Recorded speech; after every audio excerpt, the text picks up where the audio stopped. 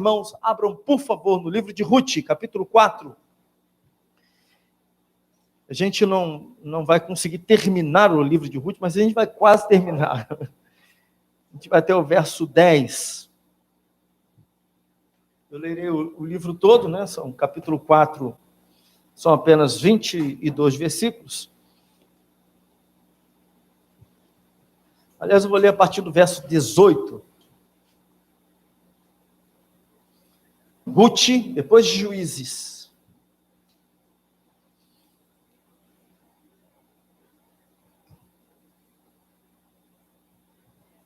Livro de Ruth, logo após Juízes. E depois de Ruth nós temos 1 Samuel, só para você se colocar, né? O texto nos diz assim, a partir do capítulo 3, verso 18, só para a gente poder ter um entendimento melhor. Disse então Noemi: agora espere, minha filha, falando com Ruth, né? Agora espere, minha filha, até saber o que acontecerá. Sem dúvida, aquele homem não descansará enquanto não resolver esta questão hoje mesmo. Este homem, no caso aqui, é Boaz. E o texto continua. Enquanto isso, Boaz subiu à porta da cidade e sentou-se exatamente quando o resgatador que ele havia mencionado estava passando por ali. Boaz o chamou e disse: meu amigo, venha cá e sente-se. E ele foi e sentou-se. Boaz reuniu 10 líderes da cidade e disse: sentem-se aqui. E eles se sentaram. Depois disse ao resgatador: Noemi, que voltou de Moabe, está vendendo o pedaço de terra que pertencia ao nosso irmão Elimeleque. Pensei que devia apresentar-lhe o assunto na presença dos líderes do povo, ou uma outra versão, revista atualizada, nova Almeida atualizada, anciãos, né? Essa é a palavra que aparece aí. E sugerir-lhe que adquira o terreno. Se quiser resgatar esta propriedade, resgate-a. Se não, diga-me para que eu saiba, pois ninguém tem esse direito a não ser você e depois eu.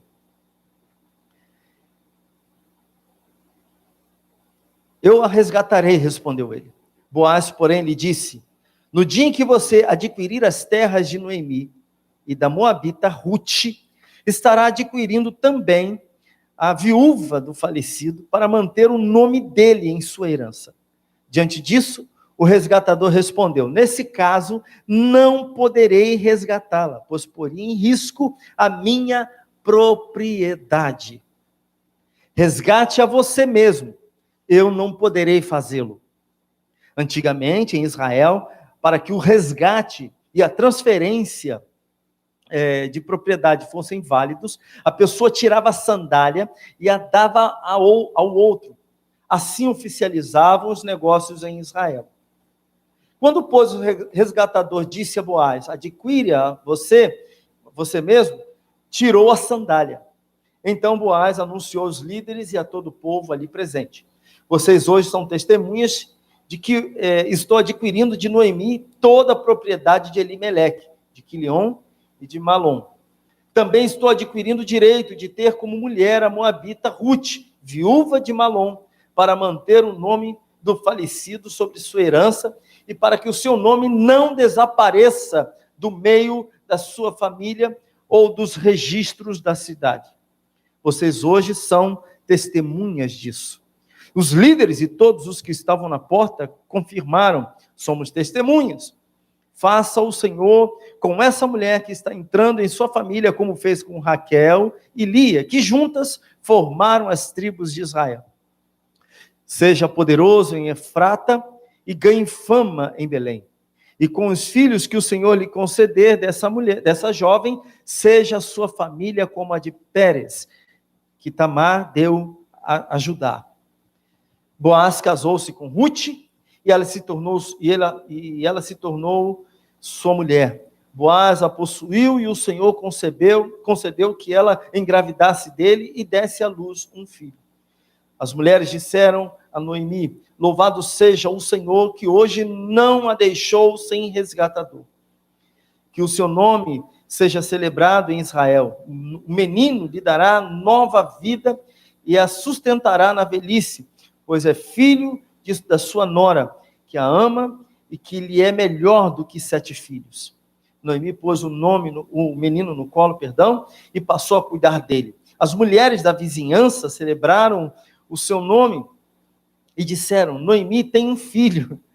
E lhe deram o nome de Obed. Este foi o pai de Jessé, pai de Davi.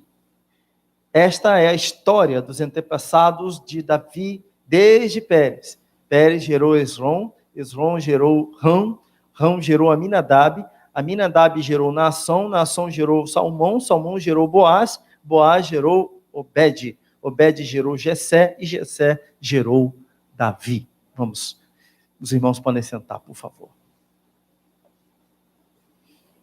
Como disse, hoje eu quero me concentrar até o verso 10, e na semana que vem a gente encerra a exposição do livro de Ruth. Pois bem, meus irmãos, o livro de Ruth é bastante interessante, porque ele começa com 3 funerais, o funeral de Elimeleque, o funeral de Malom, o funeral de Quileon, né? Elimeleque era marido de Noemi, Malom tinha sido esposo de Ruth, e Quileon de Orfa, né? Mas depois ele começa com 3 funerais, mas termina com um casamento. É um livro bastante interessante. O primeiro capítulo registra perdas, registra um bocado de choro, de angústia, o que nós vimos aqui, né? A família chorando, o povo se lamentando, Noemi amarga, é o que nós vimos aqui, estudamos isso aqui. O primeiro capítulo registra isso tudo. Mas o último capítulo traz a superabundância de alegria naquela pequena cidade de Belém. A gente percebe isso. O livro de Ruth revela as amargas impossibilidades humanas, mas, por outro lado, também nos mostra o quanto Deus é amoroso e gracioso e é aquele que provê todas as coisas. Como também mostra que nós não conseguimos entender tudo que Deus está fazendo. Por vezes nós olhamos para uma situação e a tratamos como caótica, como desesperadora, como sem solução, sem esperança. Olhamos, é como se olhássemos para aquela famosa frase, né? Não consigo enxergar uma luz no fim do túnel, né? Não consigo enxergar. E às vezes há diversas situações na nossa vida, que de fato nós não conseguimos achar uma saída. Ficamos pensando como resolver o problema e falamos, não tem jeito. Mas o que nós vemos no livro de Ruth é esse Deus gracioso, que provê, que abençoa, que resgata, que restaura, que devolve a alegria, que faz aquilo que aos olhos dos homens é impossível. Na perspectiva humana, o destino de Noemi, meus irmãos, estava lavrado. E a alegria não fazia mais parte do futuro dessa mulher. Tanto dela, quanto também de Ruth. Do ponto de vista humano, essa mulher ela vai passar fome, ela vai precisar mendigar, ela vai precisar pedir ajuda. A Ruth vai passar a sua, digamos assim, a sua fase adulta toda, chegando até mesmo em fase idosa, precisando de recursos, porque ela era uma moabita na terra de Belém de Judá. E não era bem vista, do ponto de vista... como é que eu posso dizer isso? Alguém me ajuda? Social, sim, social, por pertencer a um outro povo. Ela não era bem vista. O povo dela havia feito muito mal ao povo de Deus. Então as pessoas olhavam para ela com uma certa resistência, guardadas as devidas proporções, né? Hoje isso já mudou bastante, graças a Deus, mas assim eram vistos argentinos aqui no Brasil, né? Eu me lembro que há muitos e muitos anos atrás, quando frequentava aquela região ali de Búzios, Jeribá, Búzios, eu tinha uma tia que tinha uma casa ali, e a gente ia para lá, e, meu Deus do céu, os argentinos já estavam invadindo aquela região todinha, mas o povo olhava com maus olhos para eles, né? E há a questão também do futebol, né? Uma cultura aí do futebol e tal, Mas o fato é que a questão de Ruth era muito pior, meus irmãos, porque ela era vista como alguém que fazia parte ou pertencia a um povo que fizera muito mal ao povo de Deus. No entanto, Deus reverteu essa situação e mostrou para ela o caminho da esperança, né? E assim também na nossa vida, por vezes, nós, sob a nossa perspectiva das coisas, nós também não vemos esperança, mas o nosso Deus é aquele que age, é aquele que interrompe as trevas, é aquele que salva, é aquele que opera milagres, é aquele que realiza maravilhas, quando os nossos olhos, diante de nós não conseguimos vislumbrar nada disso. Mas nós nem sempre entendemos ou vemos Deus trabalhando ao nosso favor, né? Nem sempre nós conseguimos perceber como que se Deus estivesse colocando a mão na nossa vida e agindo. E Noemi, em determinado momento da sua vida, se viu assim, desse jeito. Ela chegou ao ponto de dizer o seguinte: Deus é contra mim. Ele que provocou toda essa desgraça na minha vida. O Senhor opera contra a minha vida. Porque ela olhou para as suas lutas, ela olhou para os seus problemas, em determinado momento ela deixou de considerar que ela havia causado parte daqueles problemas. Ela deixou de considerar que saiu de baixo, que não obedeceu à voz do Senhor, que não parou para ouvir o Senhor falar, mas que tomou a iniciativa própria, fez as coisas do seu próprio jeito. Saiu de Belém de Judá e foi morar justamente no meio do povo, foi morar entre o povo que se considerava inimigo do povo de Deus. Pois bem, o Salmo 30, verso 5 diz que o choro... Mas, meus irmãos, nós sabemos que nem todas as histórias têm... João, nós sabemos que nem todas as histórias, elas têm um final feliz, né?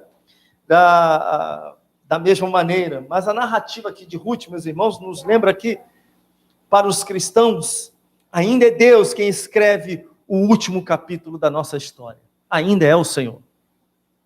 Ainda é o nosso Deus, portanto, nós não precisamos temer o futuro. Nós podemos confiar no Senhor e devemos confiar no Senhor. E o capítulo 4 concentra-se em três pessoas. Primeiro, o noivo. Segunda pessoa, a noiva. E a terceira pessoa, uma criança, um bebê que surge no final. Mas eu quero falar em caráter introdutório de um filme que foi lançado em 2004, né? Troia. Eu creio que quase todos aqui viram esse filme. É um épico, né? Um filme bastante interessante. Eu creio que fez até pouco sucesso pela história que ele apresenta, né? Mas o filme ele começa com a seguinte narração. Ele tem seu início da seguinte maneira, uma narração assim: os homens são assombrados com a vastidão da eternidade, então nos perguntamos, será que as nossas ações ecoarão ao longo dos séculos? Será que estranhos ouvirão nosso nome muito depois de partirmos e imaginarão quem éramos, quão bravamente lutamos, quão fortemente amamos? O filme de Troia, né, esse que foi feito em 2004, lançado em 2004, ele começa com essa narração, né, um personagem, uma voz, o filme inicia dessa forma. E nesse contexto, uma palavra que se destaca aqui é uma que a gente gosta muito dela, né, chamada legado. A gente gosta de pensar nisso, legado. Esse filme fala sobre legado, basicamente é sobre isso. O diálogo se dá, aliás, depois toda a cena se dá em torno disso. Qual o legado que você vai deixar? Como as pessoas te lembrarão no futuro? Aliás, esse é o anseio comum da humanidade, da história humana. Quando olhamos para a Torre de Babel, nós vemos isso, quando os homens queriam tornar seus nomes cérebros, né? Gênesis capítulo 11. E para muitos esse é o objetivo da vida, grande objetivo da vida. Fazer o seu nome grande, fazer o seu nome conhecido, fazer o seu nome duradouro, entenda o que eu digo. daqui a 15, 20, 30, 40 anos, alguém poder falar, não, eu conheci, né? Eu ouvi falar de Evandro, ou então ouvi falar de Emilinha, ouvi falar de Daniela, de Valdete, né? Ouvi falar do Cláudio Lacerda, né? Nome importante, negócio interessante. Né? Quem foi Cláudio Lacerda? Alguém vai falar, foi membro da Igreja Cristã Nova Vida da Tijuca. Mas o ser humano luta por isso. Querer ficar conhecido hoje em dia tem aquela coisa de ser famoso. Né? Quantos likes você tem aí no seu negócio lá no Twitter, no Facebook? Quantas pessoas colocam lá um ok para você, compartilham daquilo que você posta, né? Dos vídeos, alguns sem graça nenhuma, minha filha, e outros são muito engraçados, né? Tem um vlog de um rapaz, 2 cachorrinhos, qual é o nome dos 2 cachorrinhos? Vou fazer uma propaganda gratuita para ele. Oi? Estopim e Catatal, né? É engraçadíssimo, 2 cachorros pequenininhos, nervosos, né? Brigam o tempo todo, e ele conseguiu. Milhares de pessoas compartilham, assistem os vídeos que o cidadão posta lá, né? Ele é famoso do ponto de vista humano, o cara é famoso, né? O nome dele está aí, ó, circulando. E tem um monte de gente aí que agora ganha vida só com isso. O que o cara fala? Não, fala um monte de besteira. E ele ganha dinheiro falando besteira. O mundo de hoje é uma loucura mesmo, né? Mas o fato é que esse é um anseio por grandeza, por querer fazer com que o seu nome atravesse os séculos, que ele seja conhecido no futuro, que seu nome seja visto, se torne placa de rua. Esse é o anseio do ser humano, que move muitas vezes os seus momentos, as suas decisões. Esse desejo pelo legado.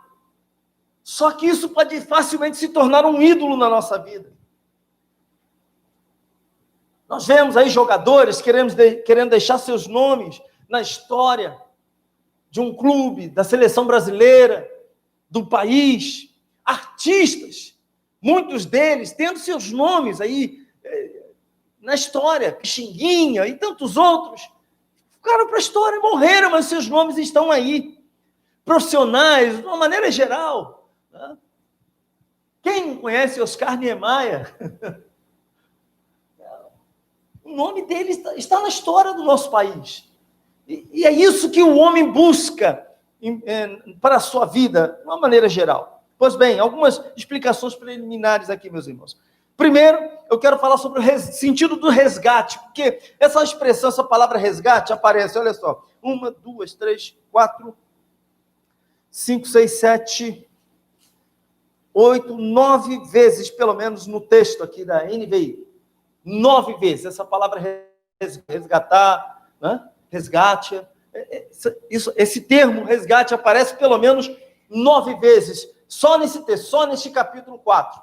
Então essa palavra é importante, a gente não pode desconsiderar a importância dela. A lei do resgatador, meus irmãos, é apresentada em Levítico capítulo 25, a partir do verso 23 até o verso 34. Ali vai falar sobre a lei do resgatador. O propósito dela era preservar o nome e proteger também a propriedade das famílias, né? Em Israel. O nome da família do falecido não podia morrer com o falecido, não podia ficar com o falecido. A propriedade dele também não podia, eles faziam de tudo para que essa propriedade não fosse repassada para fora da tribo desse falecido, né? Da família do falecido. Isso tinha que ficar ali. O propósito é que a propriedade dele ficasse no seu clã, que o seu nome fosse perpetrado, que outras pessoas pudessem ouvir falar desse nome. Mas, infelizmente, os governantes do povo de Deus nem sempre procuraram seguir esta lei. Segunda coisa, em se tratando de resgate espiritual, porque este é o ponto nosso aqui. Todas as pessoas, meus irmãos, encontram-se debaixo da escravidão do pecado e de Satanás. Efésios capítulo 2, João capítulo 8, vai falar sobre isso, que nós homens não somos capazes de nos libertar a nós mesmos. Você não consegue se libertar espiritualmente por si só, você não faz isso.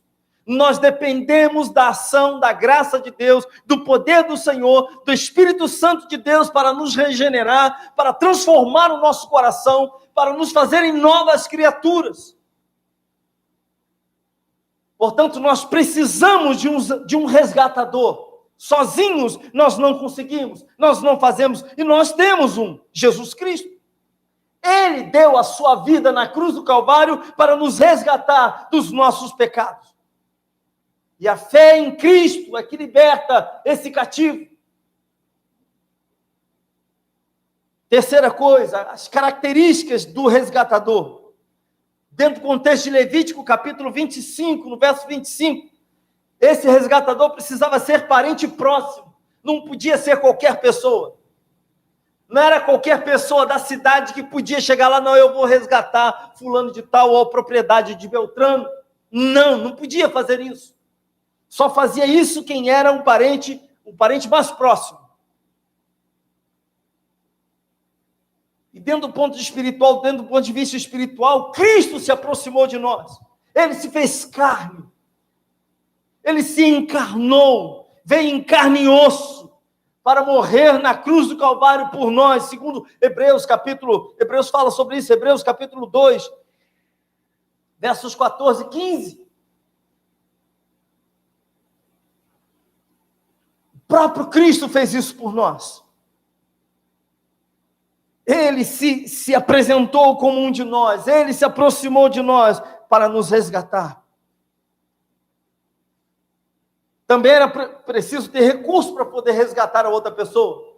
Se você fosse durão, tivesse com o seu bolso vazio, nos dias de hoje, tivesse com a sua conta vazia, você não tinha como resgatar uma propriedade. É loucura. Você não tinha como resgatar o nome de um parente seu. Por quê? Porque você tinha que pagar por isso. Noemi e Ruth não tinham dinheiro, portanto precisavam de alguém que tinha um recurso. Boaz tinha esse recurso. E em se tratando de redenção de pecadores, somente Cristo poderia fazer isso por nós, e ele fez. E o preço que ele pagou foi o mais alto preço. Ele morreu na cruz, ele verteu o seu sangue, ele deu a sua vida por nós.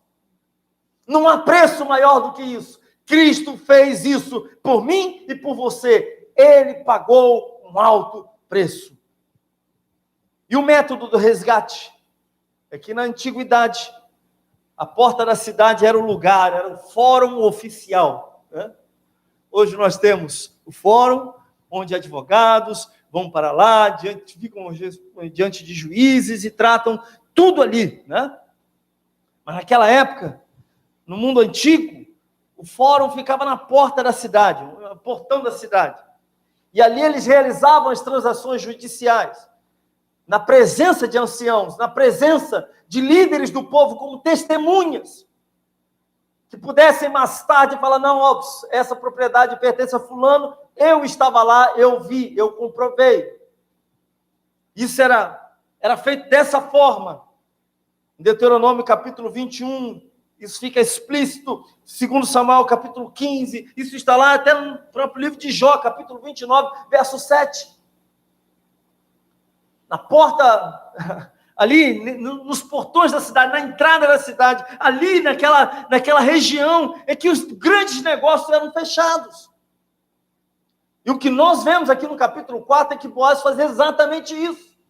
Ele vai para o portão da cidade, fica em frente à porta da cidade, onde as pessoas que queriam fazer os seus negócios ficavam. Onde anciãos ficavam, líderes do povo iam para lá, para servirem de testemunhas diante dos negócios que eram feitos. E Boaz fez exatamente isso. Texto no verso 1 diz, enquanto isso Boaz subiu à porta da cidade e sentou-se exatamente quando o resgatador que ele havia mencionado estava passando por ali. Boaz o chamou e disse, meu amigo, venha cá e sente-se. É o que o texto nos diz. Pois bem, no verso 1, meus irmãos, até o verso 10, portanto, o que nós temos aqui, eu quero falar sobre uma mudança no modo padrão, né? Deixa eu explicar isso daí. O modo padrão esse resgatador, dessa pessoa, né? Na NAA chama de fulano, né? O senhor fulano. Eu acho muito interessante isso. Ou seja, não dá o nome dele. Diz apenas que é alguém. Esse modo padrão dessa pessoa, né? Ele buscava colocar os seus interesses em primeiro lugar. É o que nós vemos do verso 1 ao verso 6. Eu já li o verso 1, o verso 2 ao 6 diz assim: Boaz reuniu 10 líderes da cidade e disse: sente-se aqui. E eles sentaram. Depois disse ao resgatador. Então, não são 9 vezes, são 10 vezes aparece a palavra resgatador, tá, meus irmãos? Então disse ao resgatador: Noemi, que voltou de Moabe, está vendendo um pedaço de terra que pertencia ao nosso irmão Elimeleque. Pensei que devia apresentar-lhe o assunto na presença dos líderes do povo e sugerir-lhe que adquira o terreno. Se quiser resgatar esta propriedade, resgate-a. Se não, diga-me para que eu o saiba, pois ninguém tem esse direito a não ser você, e depois eu. Eu a resgatarei, respondeu ele. Boaz, porém, esse porém aqui faz toda a diferença. Boaz, porém, lhe disse: no dia em que você adquirir as terras de Noemi e da Moabita, aí ele cita, da Moabita Ruth, estará adquirindo também a viúva do falecido para manter o nome dele em sua herança. Diante disso, o resgatador respondeu: nesse caso, não poderei resgatá-la, pois poria em risco a minha propriedade. Resgate a você mesmo, eu não poderei fazê-lo. É o que nós temos aqui. Então, a primeira coisa que nós vemos aqui é que o modo padrão desse primeiro resgatador, desse que tinha a primazia para resgatar a propriedade, resgatar, no caso aqui, a própria Ruth, ele coloca os seus próprios interesses em primeiro lugar.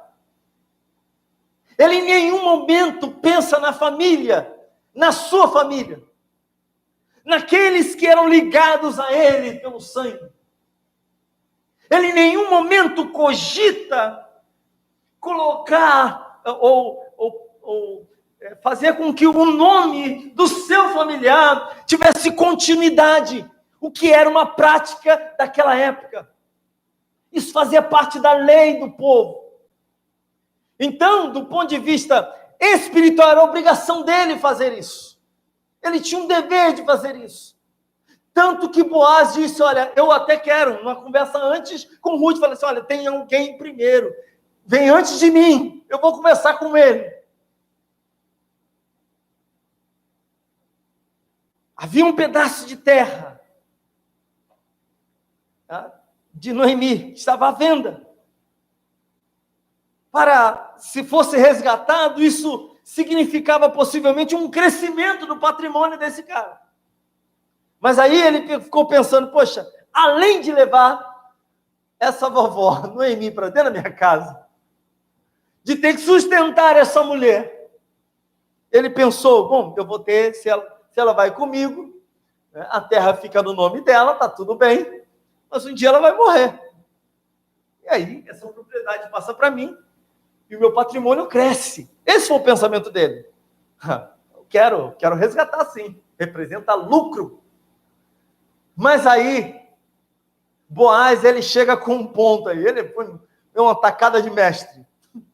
Porque ele acrescenta, ele diz: olha, tudo bem, esse senhor fulano aí, ele tem digamos assim, inicialmente ele diz que quer resgatar, mas aí ele diz: olha, você vai ter que também levar, além de Noemi, você também vai ter que levar a Moabita Ruth. E ele deixa bem claro isso, a Moabita Ruth.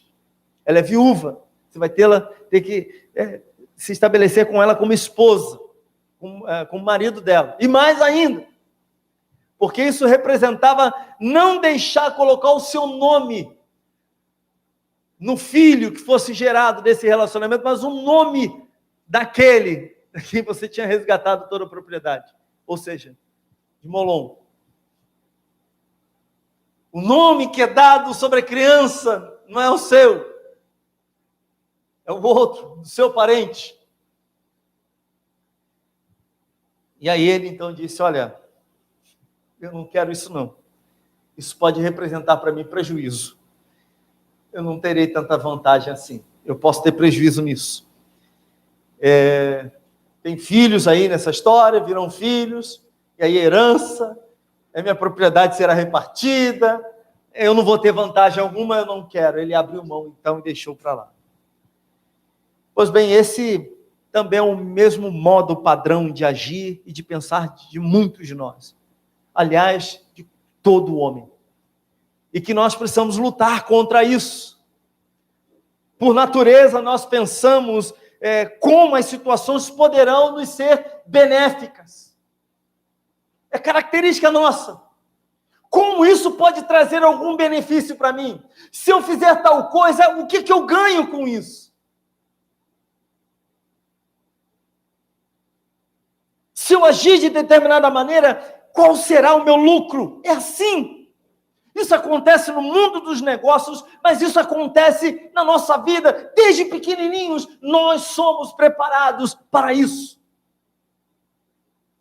Você ensina os seus filhos, ajuda os seus filhos a se prepararem para isso. Para que em toda a sua vida possam pensar no lucro, na vantagem. Que vantagem, que lucro você terá se você fizer tal coisa? Qual proveito teremos nisso?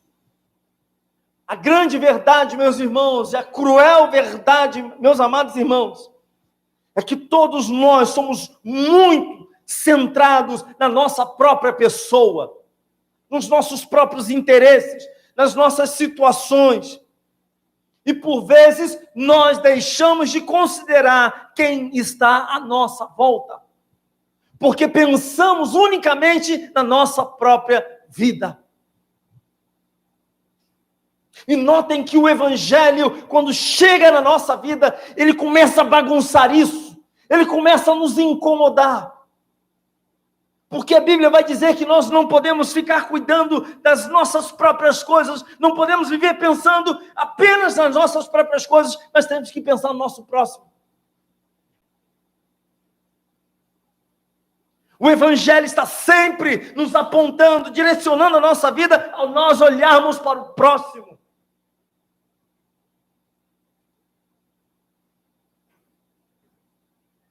Mas o fato é que nós pensamos em nós mesmos em primeiro lugar.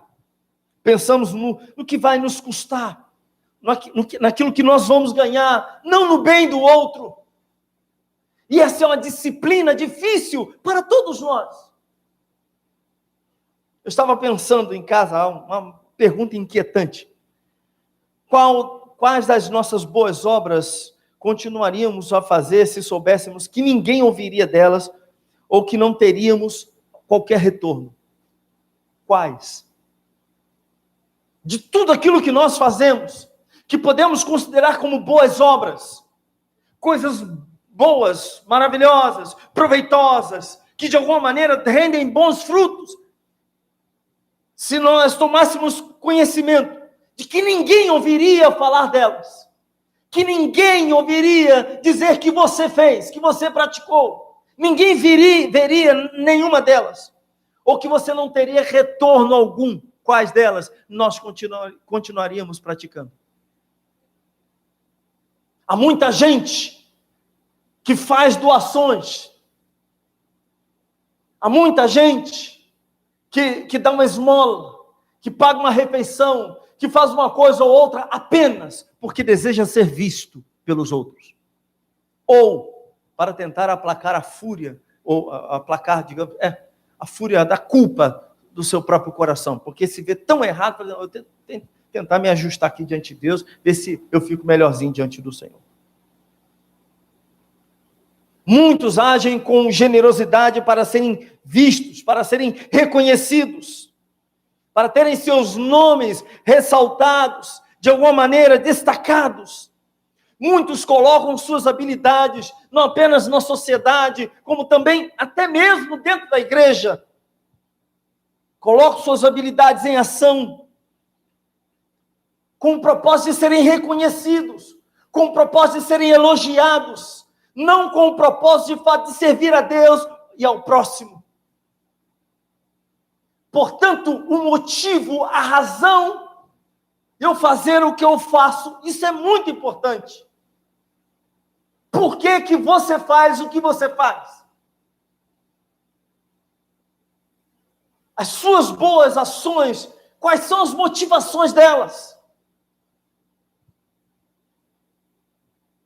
Muitos estão mais preocupados com seus próprios nomes do que com aqueles que são objetos das suas ações. Segunda coisa, nós temos aqui uma mudança desse modo padrão, que é tão comum, muito padrão. Na vida de Boaz há uma mudança, porque ele foi capaz de colocar os interesses dos outros em primeiro lugar. Ele conseguiu enxergar uma situação nos versos 9 e 10, diz, quem é você? Aliás, perdão, versos 9 e 10. Estava lendo capítulo 3, né? Então Boaz anunciou aos líderes e a todo o povo ali presente, vocês hoje são testemunhas de que estou adquirindo de Noemi toda a propriedade de Elimeleque, de Quilion e de Malom. Também estou adquirindo direito de ter como mulher a moabita Ruth, viúva de Malom, para manter o nome do falecido sobre a sua herança, e para que o seu nome não desapareça do meio da sua família ou dos registros da cidade. Vocês são testemunhas disso.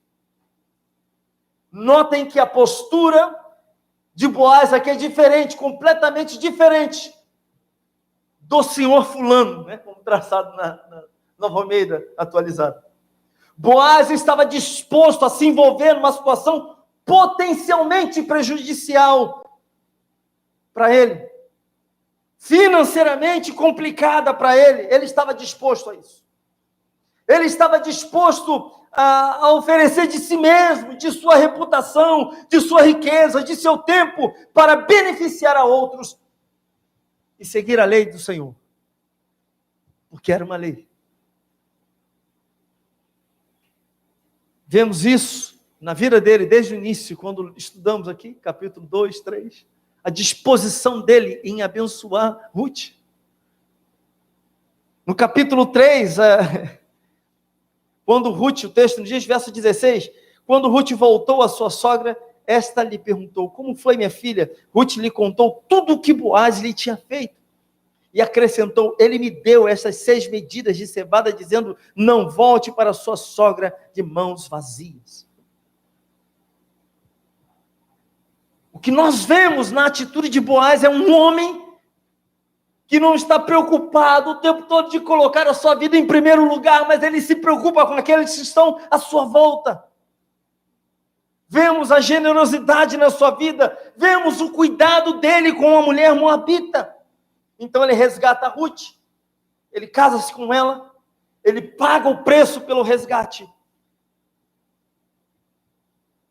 E é interessante porque esse desprendimento e generosidade de Boaz, essas coisas o colocaram inesperadamente na história da redenção. Ele não esperava isso, ele não imaginava isso.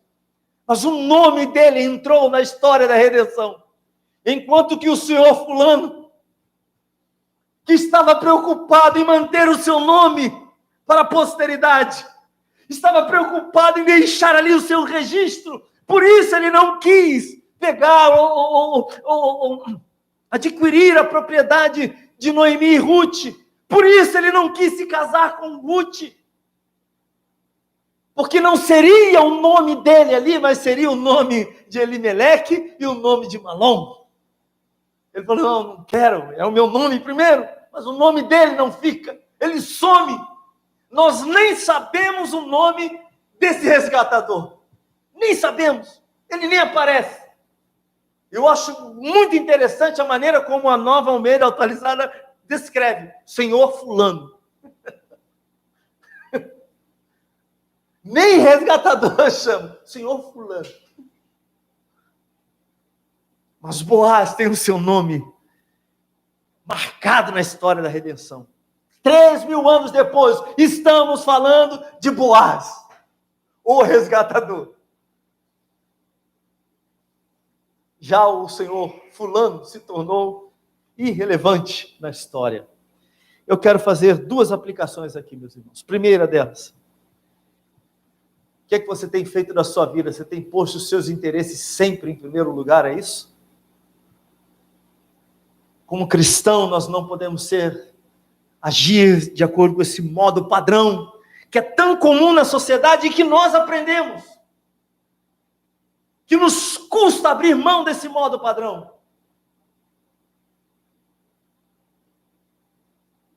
Queremos sempre resolver primeiro a nossa parte, e depois pensamos nos outros.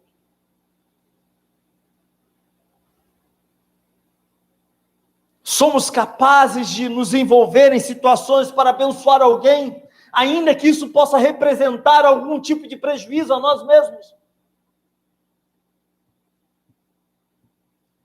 A nossa postura é a postura de alguém que busca a exaltação do seu próprio nome ou a exaltação do nome de Cristo. Nós vivemos e devemos viver para a glória de Cristo. Mas qual é o nome que nós queremos tornar célebre? É o nosso.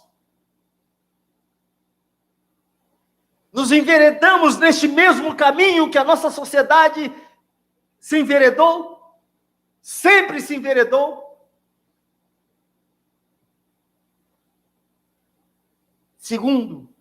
Segunda questão segunda aplicação aqui, é que assim como Ruth e Noemi, nós também fomos resgatados.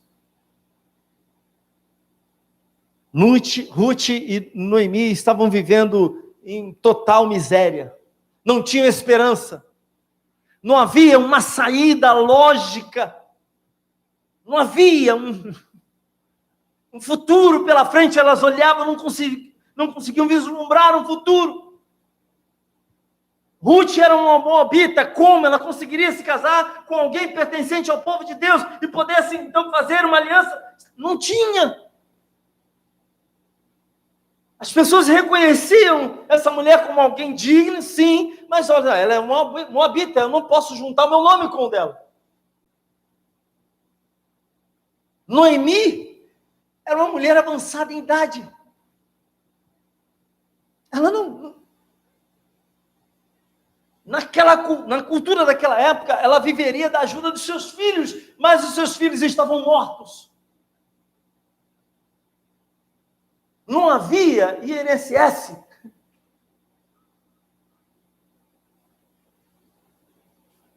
Não havia esse tipo de coisa. Uma mulher nessa idade, viúva, sem filhos, estava fadada à miséria. E meus irmãos, Jesus é para conosco o que foi Boaz para Noemi e Ruth. Ele se importou com a nossa situação. Ele verdadeiramente se importou com a nossa situação. Ele olhou para a minha miséria, olhou para a sua miséria, olhou para a nossa miséria espiritual e nos resgatou. Nós não tínhamos a menor condição de resgatar a nós mesmos, mas Jesus fez isso por nós. Estávamos completamente perdidos nos nossos pecados, escravos do diabo, vivendo sem rumo neste mundo. E Cristo veio, se colocou numa situação difícil, custosa para si mesmo, se humilhou para nos resgatar. O Eterno caminhou entre nós, o Eterno entregou sua vida por amor a nós. O seu nome foi tratado como lixo, e até hoje muitos o tratam como lixo. Quando esteve entre os homens, ele foi chamado até mesmo de demônio. O rejeitaram, cuspiram nele, bateram nele, trataram-no como bandido. Sofreu a pior morte da sua época, morte de cruz, morte de vergonha. Mas ele fez isso tudo para pagar um preço que nós não poderíamos pagar pela nossa própria vida. Ele foi para a cruz do Calvário para nos resgatar. E hoje, se você foi alcançado pela graça de Deus, você pode dizer: eu fui e sou um resgatado do Senhor. Eu tenho um Senhor sobre a minha vida. Eu tenho Deus sobre a minha vida. E eu gostaria que todos pudessem, por favor, curvar a cabeça.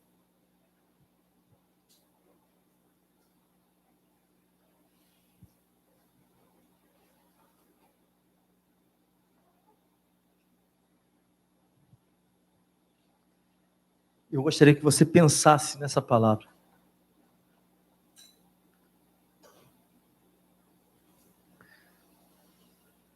Você tem posto a sua própria vida, seus interesses sempre em primeiro lugar, é isso?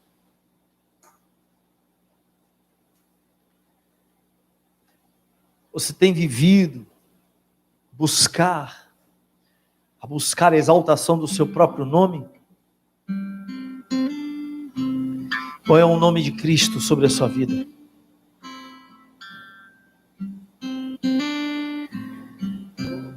Jesus é o nosso resgatador. Nós precisamos lembrar daquilo que Ele fez por nós. Constantemente precisamos voltar o nosso coração àquilo que Cristo Jesus fez por nós na cruz do Calvário. Precisamos lembrar da nossa situação anterior, que éramos escravos do pecado, perdidos estávamos. E Jesus veio a este mundo, assim como Boaz resgatou Noemi e Ruth, pagou o preço, assumiu o compromisso, a escritura, entregou suas sandálias para o outro, como prova de que ele agora era o resgatador. Cristo Jesus veio a este mundo e entregou a sua vida, pagou o preço por nós, morreu no nosso lugar, sofreu por nós, Ele nos amou. Nós não podemos nos esquecer do que Ele fez por nós. Você não pode esquecer daquilo que Cristo fez pela sua vida. Você não pode esquecer do seu estado anterior e aquilo que Ele transformou, em quem você foi transformado por causa da obra de Cristo Jesus. Ele resgatou a sua vida. Pai amado, em nome de Jesus, que o Senhor nos ajude a não esquecer desta verdade gloriosa e maravilhosa. Fomos resgatados por Cristo Jesus. Cristo pagou o preço. Nós não podemos esquecer que, como resgatados, não podemos viver para a exaltação do nosso próprio nome, mas devemos viver como um povo que vive para exaltar o nome de Cristo Jesus. Dar a honra, a glória, o louvor a Cristo Jesus. Assim oramos. É no nome dele, é no nome de Jesus. Amém. Amém.